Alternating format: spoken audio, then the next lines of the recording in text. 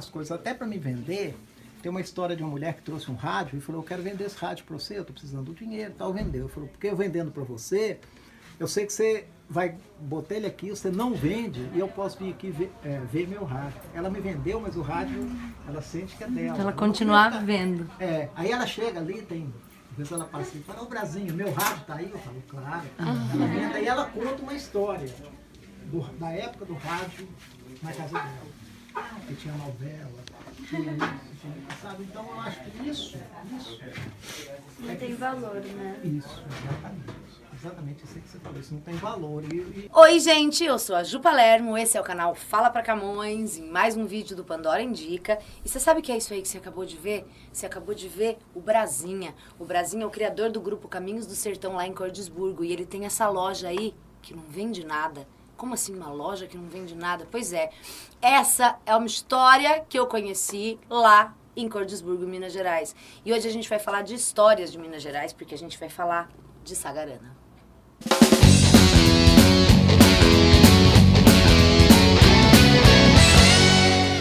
Bom, esse vídeo aqui vai estar recheado de vídeos, olha que metalinguístico, que eu gravei lá em Cordisburgo, nessa viagem incrível que eu fiz com o pessoal da Paleta Cultural, que eu vou deixar o link aqui pra vocês na descrição do vídeo, do site deles.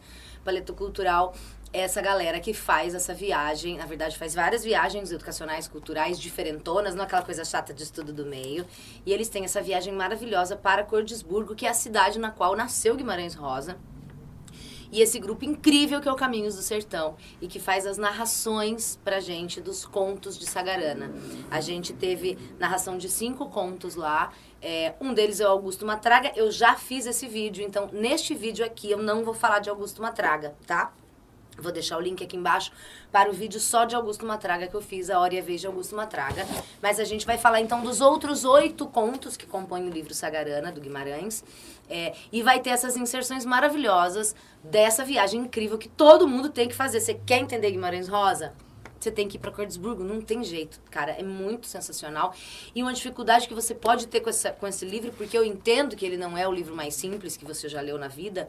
Lá isso se resolve de um jeito assim, porque você ouve Guimarães no sertão mineiro, no meio do mato, onde as histórias acontecem. Então, assim, eu vou rechear esse vídeo aqui de vídeos que a gente gravou lá, de alguns dos contos que aparecem aqui em Sagarana, tá? Eu sugiro que é o seguinte, Sagarana está na FUVEST, o livro todo, os 9 contos. Na Unicamp está só o último conto, que é A Hora e a Vez de Augusto Matraga, tá bom? Que é talvez o mais famoso, que virou filme e tudo mais, o conto mais famoso deste livro. Neste vídeo aqui eu não vou falar, como eu já disse, de Augusto Matraga, vou falar dos outros 8 contos. Você que vai prestar Unicamp em 2020, né, 2019, para entrar 2020, só cai o Matraga, e é o último ano, por sinal. Você que vai prestar FUVEST, cai o livro todo. Então você vê esse vídeo aqui e vai ver o vídeo do Matraga para completar. Lembrando que agora, 2019, esse vídeo está sendo gravado em agosto de 2019, é o último ano que Sagarana está na lista da FUVEST. Ano que vem ele vai sair. Ah, então não preciso mais ir para Cordisburgo. Precisa, porque ano que vem vai entrar Campo Geral, que é outra obra do Guimarães, na lista da FUVEST.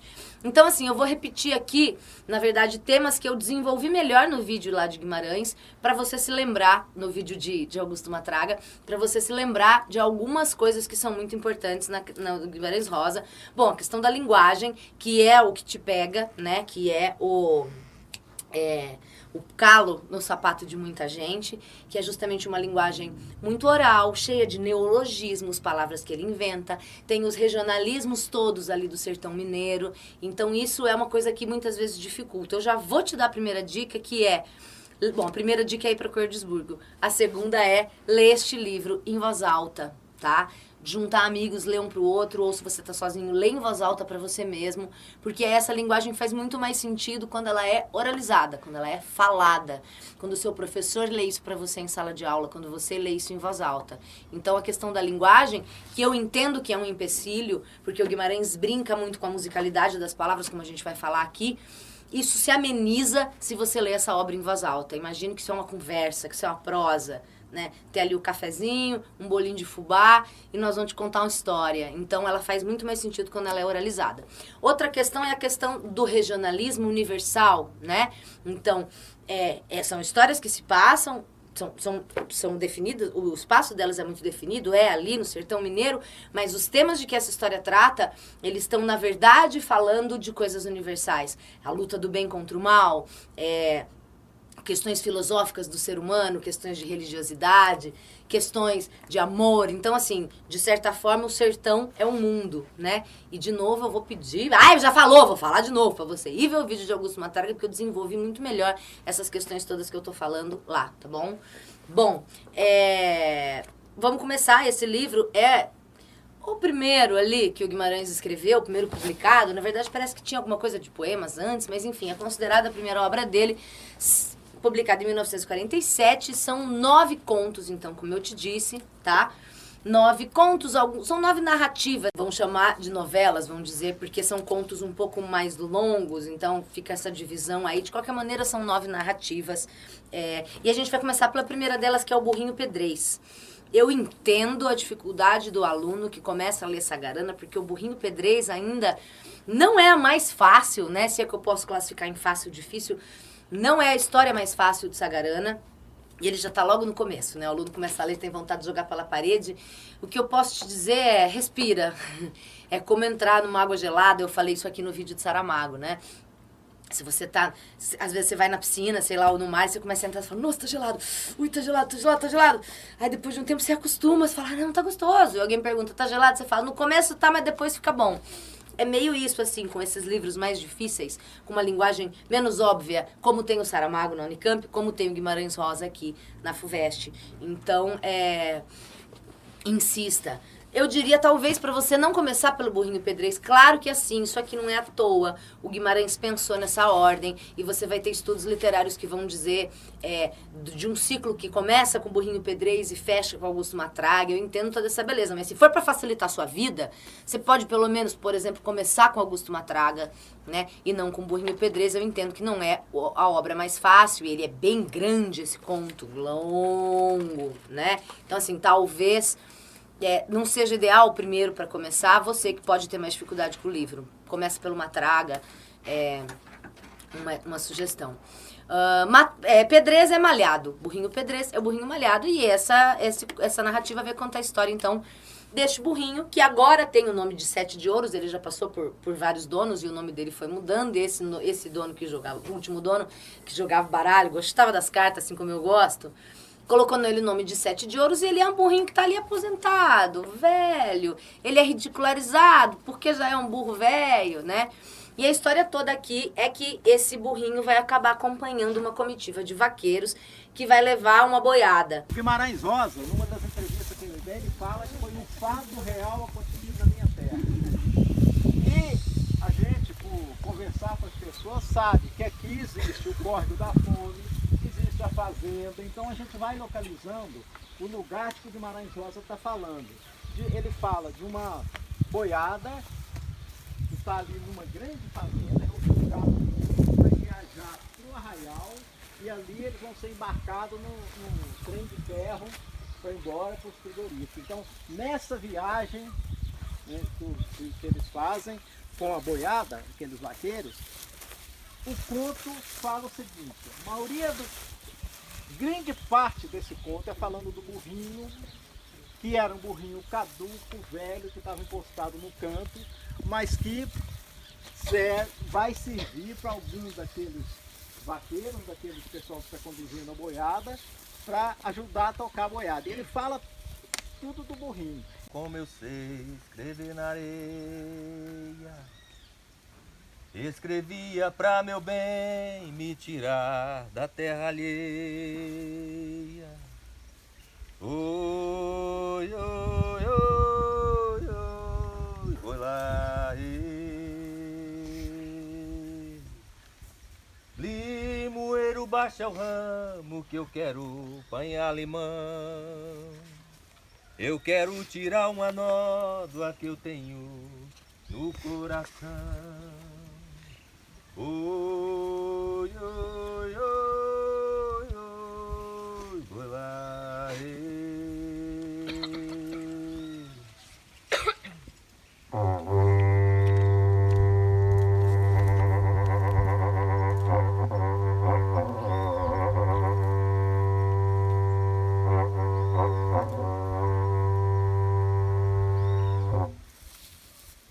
burrinho pedreiro, miúdo e resignado, vindo de Passatempo, Conceição do Cerro, outro lugar no sertão. Chamava-se Sete de Ouros, e já fora tão bom como outro não existiu e nem pode haver outro igual. Agora, porém, está idoso, muito idoso, tanto que nem seria preciso abaixar-lhe a maxila teimosa para espiar os cantos dos dentes. Então, é essa boiada que vai e o burrinho vai e volta com os cavalos, né? E aí, assim, ao longo da jornada, da travessia, que também é outra coisa que eu já falei no outro vídeo, que é muito importante na obra do Guimarães, né?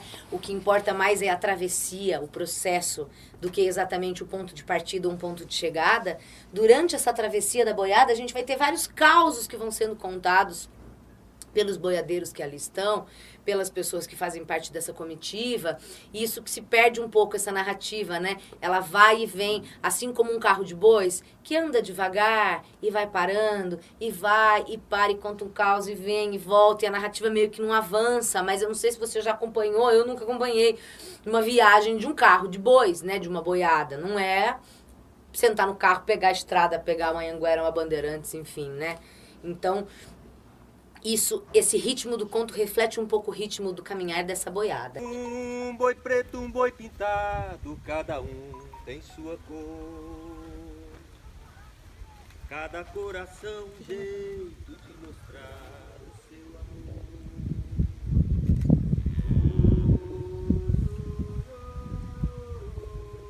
Foi lá, eu mais o meu companheiro, vamos bem emparelhado. Eu me chamo Viramundo e ele é mundo virado. Oi, oi, oi, foi lá,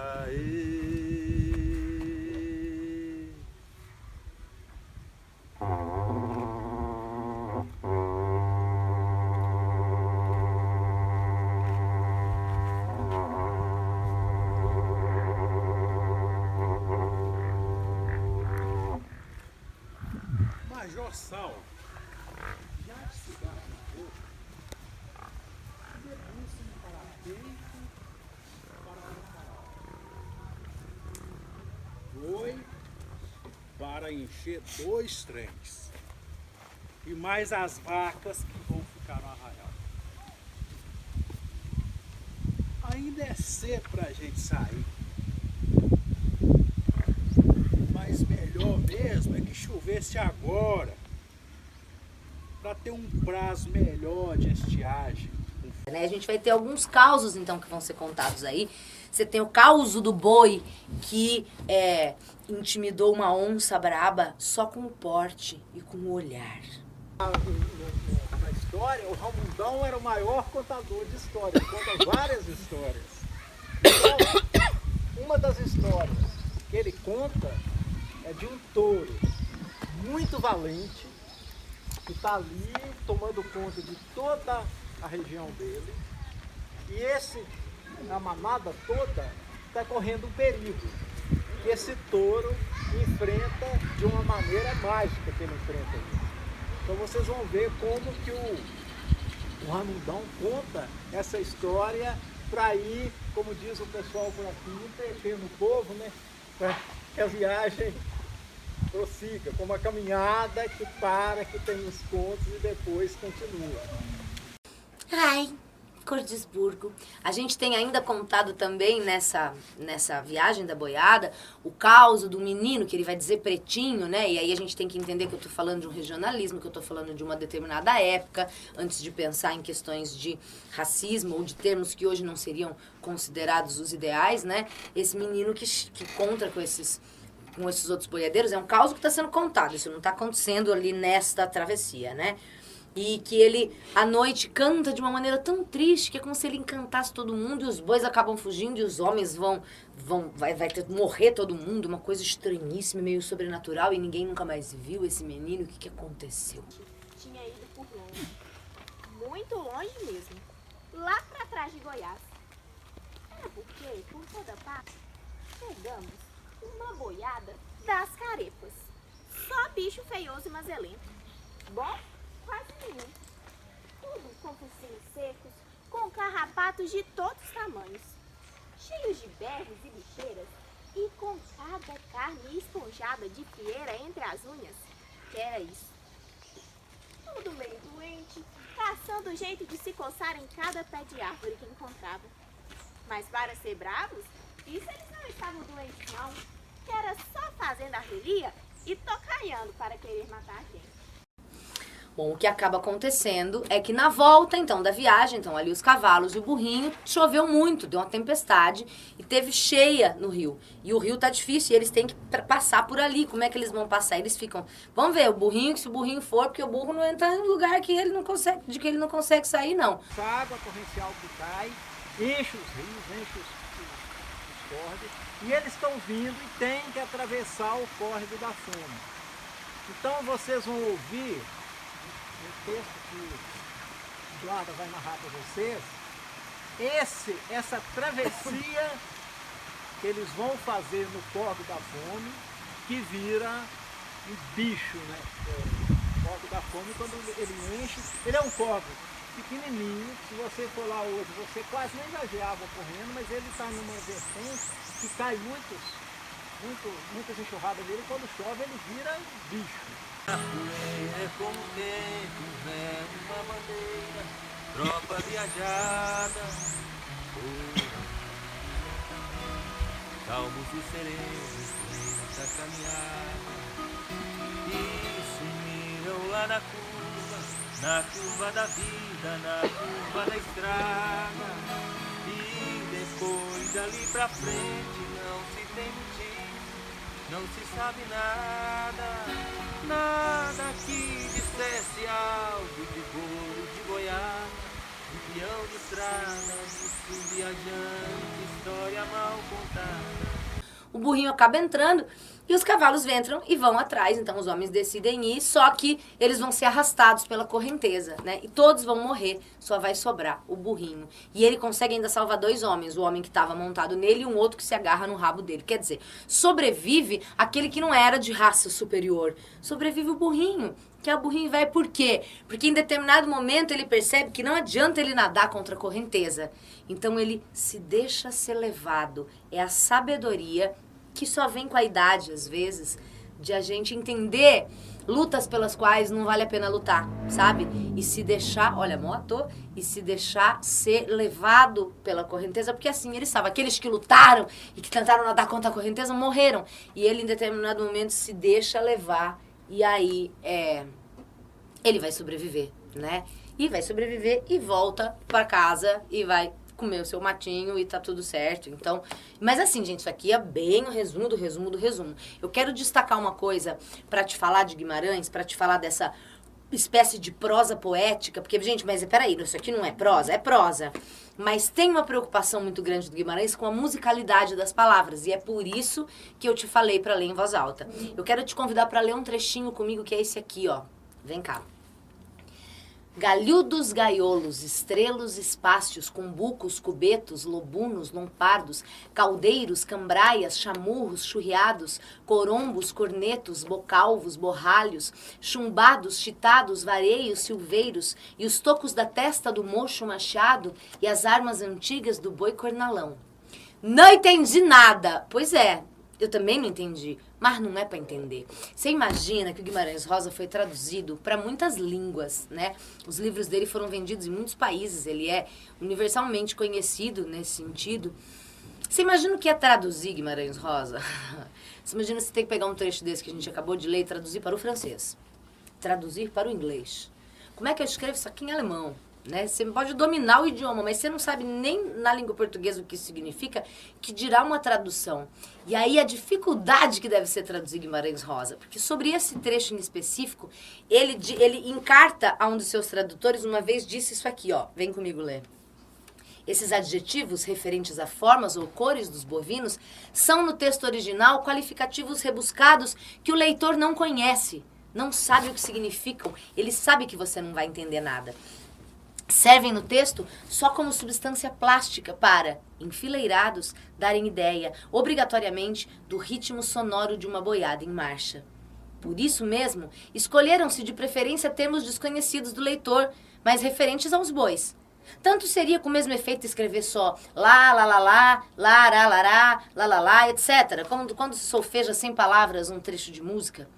Note também que como eles se enfileiram 2 a 2, ou aliterados aos pares de consoantes idênticas iniciais, ou rimando. Volta comigo pro trecho, olha lá.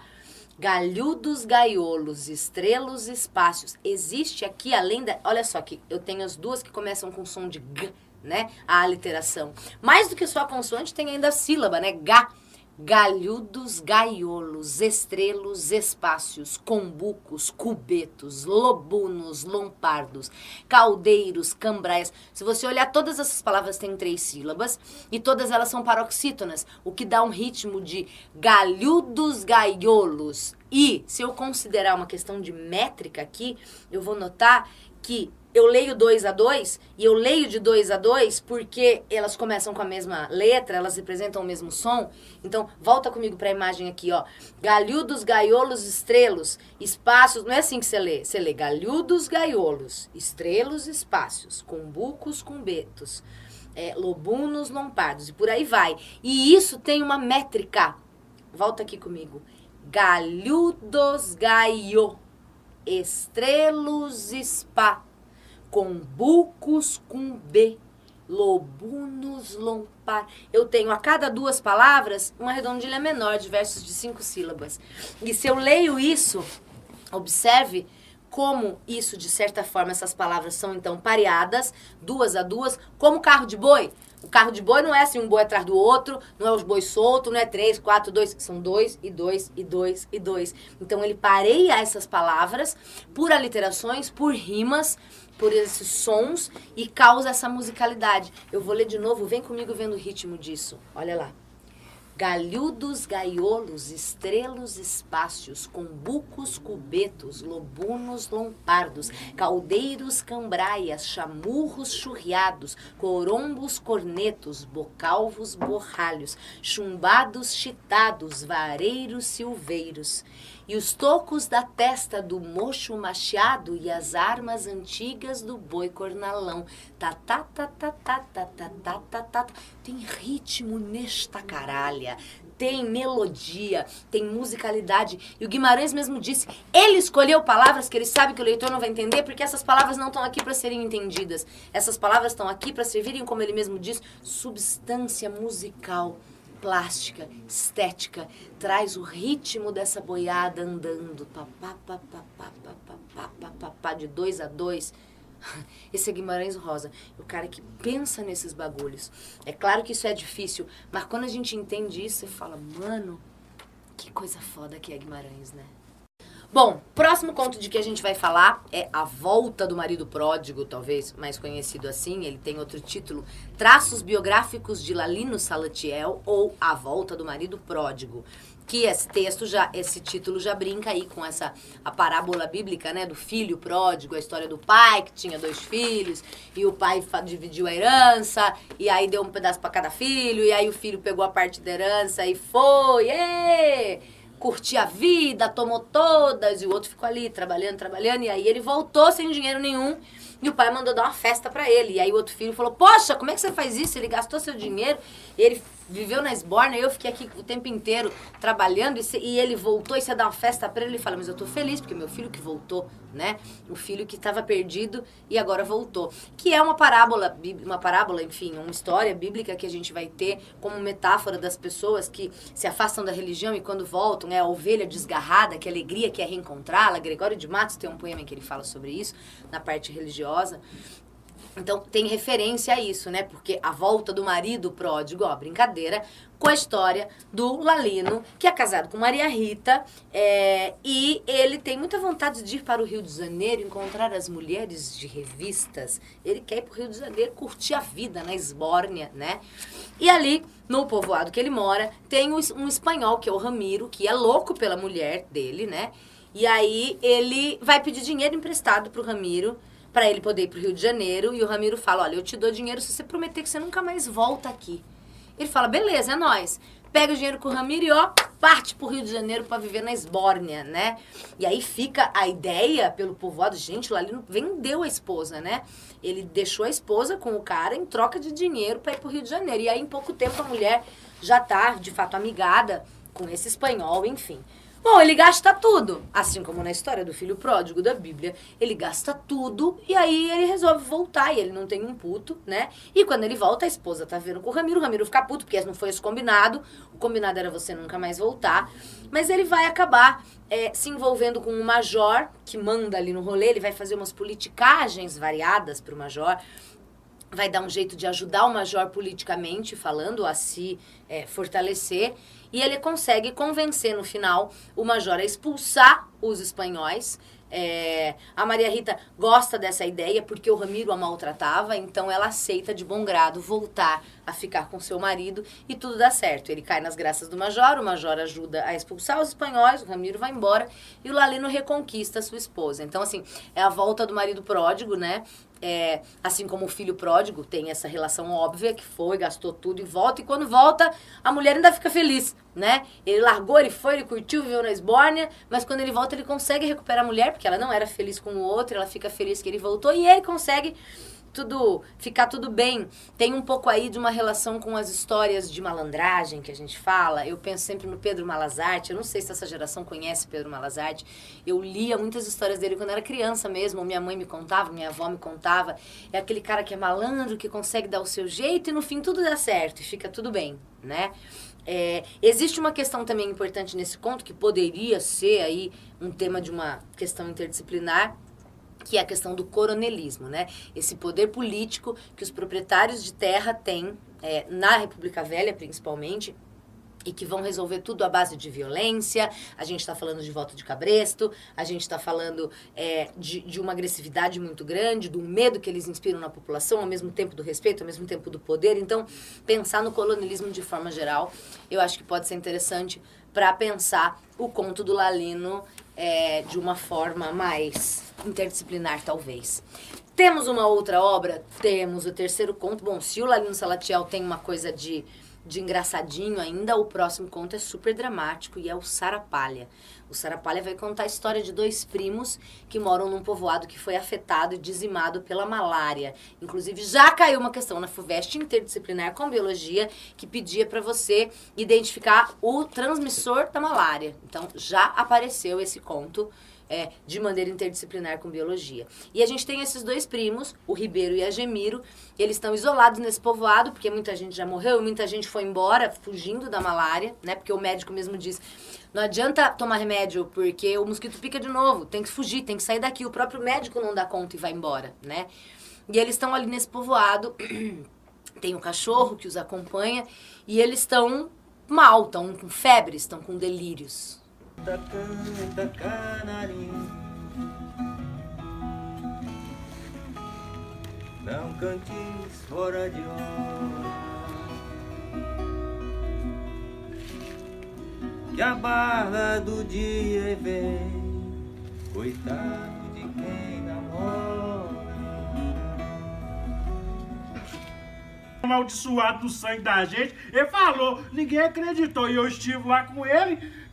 Mas, Jamie, o que adianta? Mas então depois ele comeu fruta, bebeu água do Pará e... É tudo muito arrastado, é tudo muito melancólico, esse clima de doença, e aí o que eles falam fica meio zoado, porque você não sabe se é delírio, é um fluxo de consciência muito louco, praticamente, só que é dito e se mistura com a voz do narrador num discurso indireto livre, não é um conto fácil também. Mas aí quando os primos estão ali conversando e ao mesmo tempo tremelicando de febre, delirando, o Ribeiro vai dizer como ele sente falta da mulher, né? Que é a mulher dele que fugiu com outro homem e como depois que ela foi embora ele não tem mais vontade de viver. E ele fala muito dessa mulher, ele sente muitas saudades dela. E em determinado momento o primo, que é o Egemiro, confessa que ele sempre amou essa mulher, sempre amou a esposa do primo, que era Luísa o nome dela. Mas assim, sempre foi um amor puramente platônico, né? Ele foi morar com o primo depois que ele já estava casado, alguns anos de casado, e ele sempre foi apaixonado pela mulher. Mas ele nunca fez nada, eles nunca tiveram nada, mas ela sempre foi o amor dele também. E ele disse que ele também sofreu muito quando ela foi embora e que ele também a amava. Só que o Ribeiro não quer ouvir falar disso, ele fica puto, ele se considera traído. Como assim, ser apaixonado pela minha mulher? Do que você tá falando? Perdão. E eles vão... Então uma briga e o Ribeiro expulsa, fala, vai embora daqui, sai. Ele não entende, né, que o primo, sei lá, quis dizer isso ali antes de morrer, quis confessar esse amor platônico que sentia e que de forma alguma era algo ofensivo a ele nunca fez nada, mas ele queria dividir esse sentimento. E o primo Ribeiro não entende, manda ele embora, e ele vai embora, e assim que ele atravessa a porteira da propriedade, ele morre, e é assim, tristíssimo, né? Esse conto é bem dramático, ele tem aí um tempo diferente e foi brilhantemente encenado pelo Fábio e pelo Leci do Caminhos do Sertão, lá em Cordisburgo. Carreira pra não deixar eu falar. Então vê se não fala em morte, primo Ribeiro. Meu bundado não queria ver o senhor assim indo embora primeiro do que eu. Pra ver que as carcaças aqui bem que tá aguentando.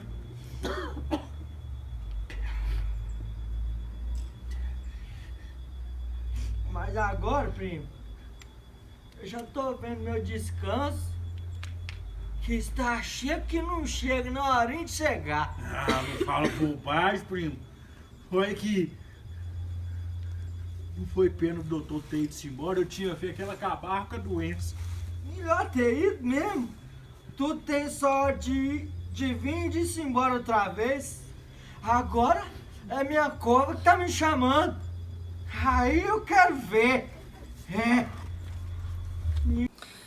Bom, o próximo conto é Duelo, né? Que é um conto divertido. E você vê que, assim, os contos, eles têm muitas coisas parecidas em si, nas questões filosóficas que abordam, na linguagem, no universo do sertanejo, mas eles são muito diferentes, né? Você tem uma coisa mais dramática, você tem uma coisa mais engraçada, você tem uma coisa mais filosófica, e aqui talvez uma coisa mais de ação, que é o conto Duelo, né? Que já caiu aí, questão também na primeira fase da FUVEST, se eu não me engano, do ano passado, vestibular 2018 para quem entrar em 2019. A gente tem o Turíbio, que vai para uma pescaria, ele é casado, e quando ele volta, ele pega a esposa traindo-o com o Cassiano. Ele fica putaço, mas ele é covarde. Então ele não quer tomar uma atitude na hora, e ele planeja uma vingança, e ele vai, atira pelas costas, ele planeja sua vingança de matar o Cassiano e atira pelas costas. Acontece que era o irmão do Cassiano, não era o Cassiano. Então, deu ruim. E aí vai começar, e esse conto é um verdadeiro jogo de gato e rato. O duelo, e aí isso é engraçado, porque duelo, teoricamente, é um confronto que acontece ali na hora, instantaneamente, né? Vamos marcar um duelo, tá lá no Faroeste Caboclo, né? Amanhã... como é que é? Que hora que é? Esqueci, às 7 horas, em frente à aula de 14, é pra lá que eu vou. E você pode escolher as suas armas, que acabou mesmo com você, seu porco traidor. Tinha uma hora que eles marcaram o duelo, que eu não vou lembrar. Então, o duelo é ali, a hora marcada, papum, ele acontece ali, né? E aqui nesse conto, esse duelo vai durar muito tempo, porque eles ficam num jogo de gato e rato, eles nunca se encontram, um foge pra cá, o outro foge pra lá e dá uma pista que tá aqui, é uma coisa de estratégia, e eles vão ficar o tempo inteiro, por muito tempo aí, um e o outro se escondendo, vão para passar por vários lugares diferentes, porque um quer matar o outro e o outro quer matar o um, e ao mesmo tempo que um tá perseguindo, tá fugindo. Então é um jogo de gato e rato, realmente, esse conto. Seria uma coisa mais de ação. Você tem muita descrição que o Guimarães vai fazer de todos esses lugares por onde eles vão passando. São meses de caçada. E aí, em determinado momento, o Cassiano, na verdade, ele tinha uma doença do coração, né? E o Turíbio sabe disso, então o Turíbio usa como estratégia essa ideia de cansá-lo, porque sabe que o coração dele não vai resistir muito tempo. E aí, num determinado momento, o Cassiano vai fazer amizade com um menino, um moleque, um cara aí, que é um capiauzinho, sem grandes... não inspira grandes temores, que é o Timpim 21. E eles ficam muito amigos, e o Cassiano acaba morrendo do coração e pede, no leito de morte, ele pede para que o Timpim 21 o vingue, para que ele vá e mate o Turíbio, ele encontre o Turíbio e mate. E é exatamente isso que acontece, porque quando ele morre, a mulher, a a Maria Rita, eu confundo dos nomes, gente. Não, Maria Rita é do outro conto. A mulher do Turíbio manda notícia, fala, Cassiano morreu do coração. E ele resolve voltar, então, pro lugar. Só que no caminho, na volta, ele encontra justamente o Tintim 21. E eles começam a conversar, o Tintim 21 reconhece, falando, é esse cara aqui. E o Tintim 21 acaba atirando no Turíbio e o matando. Então, assim, no duelo, os dois acabaram morrendo, né? O Cassiano não consegue matar o Turíbio, porque ele morre antes do coração, mas ele põe o Tintim 21 no rastro do Turíbio e os dois acabam morrendo. Então a gente tem toda essa história de um conto de tocaias, de fugas, os labirintos e o gato e rato e o jogo e a perseguição e a estratégia e esse desfecho, então, desse homem de palavra que seria o Tintim 21. Bom, minha gente, o próximo conto se chama Minha Gente. Ai, meu Deus, travou aqui o vídeo. Não, o conto se chama Minha Gente, né? E assim, eu tô aqui resumindo, muito resumido, essas histórias, tá? Pra vocês. O Minha Gente vai contar, é um narrador que vem contando essa história e ele reencontra a sua prima, que foi o seu amor da infância, que é Maria Irma, né? E ele está decidido a ter um relacionamento com ela. Mas Maria Irma é muito esperta, porque ela gosta do Ramiro, que é noivo de uma moça chamada Armanda, que é amiga dela. E ela vai fazer que faz na história ela faz com que o primo se apaixone pela Armanda, para que o primo se case com a Armanda e a Armanda largue o Ramiro, porque ela quer casar com o Ramiro. Então, esse conto, Minha Gente, tem uma referência muito grande ao jogo de xadrez, porque o narrador e outro personagem jogam xadrez aqui. E na verdade, a grande enxadrista do jogo é a Maria Irma, que usa as pessoas como se fossem peças. E para ela atingir o Ramiro que ela quer e conseguir o seu objetivo, que é ficar com o Ramiro, ela precisa tirar a Armanda do caminho, e precisa tirar o primo do caminho. Então, nada como juntar os dois para o caminho ficar livre para ela, né? Esse conto, e assim, isso é o resumo do básico, né? É claro que um conto que é relativamente grande, a gente está resumindo ele de uma maneira muito específica, é um conto que faz explícitas referências ao xadrez, e há quem diga, né, os teóricos aí que estudam a obra do Guimarães vão dizer que o Minha Gente tem a ver, além de ter as iniciais de Minas Gerais, que Guimarães Rosa é mineiro, lá de Cordesburgo, inclusive, falei um pouco mais disso no vídeo do Matraga, tô dizendo aqui de novo pra você ir lá ver esta caralho, você ainda não viu, vai lá ver. Mas que através desse conto e das características da própria Maria Irma, que ela seria uma representação do povo mineiro. Essa coisa da astúcia, essa coisa da estratégia, essa coisa da paciência. A gente tem esse estereótipo de que o mineiro é aquele que come quieto, né? Que é isso? Ele fica ali quietinho, não precisa alardear, ele sabe a hora de fazer, ele espera com paciência, uma certa sabedoria. Seria como se fosse uma homenagem que o Guimarães presta à sua gente, Minha Gente, Minas Gerais, MG, essa história do xadrez, da estratégia. E eu tenho aí nas descrições as belezas mineiras, as tradições mineiras. Então, de fato, é um conto que trabalha com essas ideias de uma exaltação ao povo mineiro, de acordo com alguns teóricos que estudam a obra do Guimarães. Pessoal, este vídeo está ficando um pouco grande, porque vocês sabem que aqui a gente fala para Camões, então eu vou dar uma pausa e a gente volta a falar das outras histórias de Sagarana no próximo vídeo, parte 2. Mas não vai embora não, hein? Vai lá ver. Não fica aqui. Não vai embora. Eu já volto. Beijo rápido que eu já volto.